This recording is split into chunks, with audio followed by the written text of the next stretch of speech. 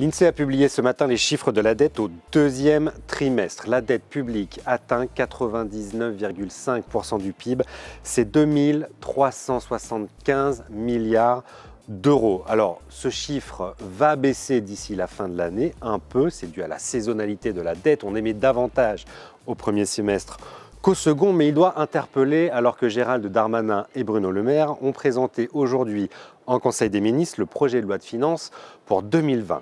Ce texte prévoit pas moins de 9,3 milliards d'euros de baisse d'impôts pour les ménages.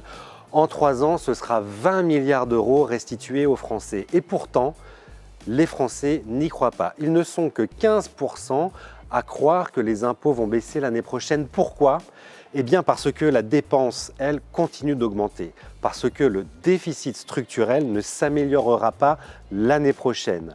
Et si la charge de la dette, grâce au taux bas, permet de financer aujourd'hui ces baisses d'impôts, eh bien les taux remonteront un jour et sans effort sur la dépense, cela voudra dire des impôts supplémentaires, des impôts dus à cette dette. Du coup, les Français, que font-ils ? Eh bien, ils épargnent plutôt que de consommer.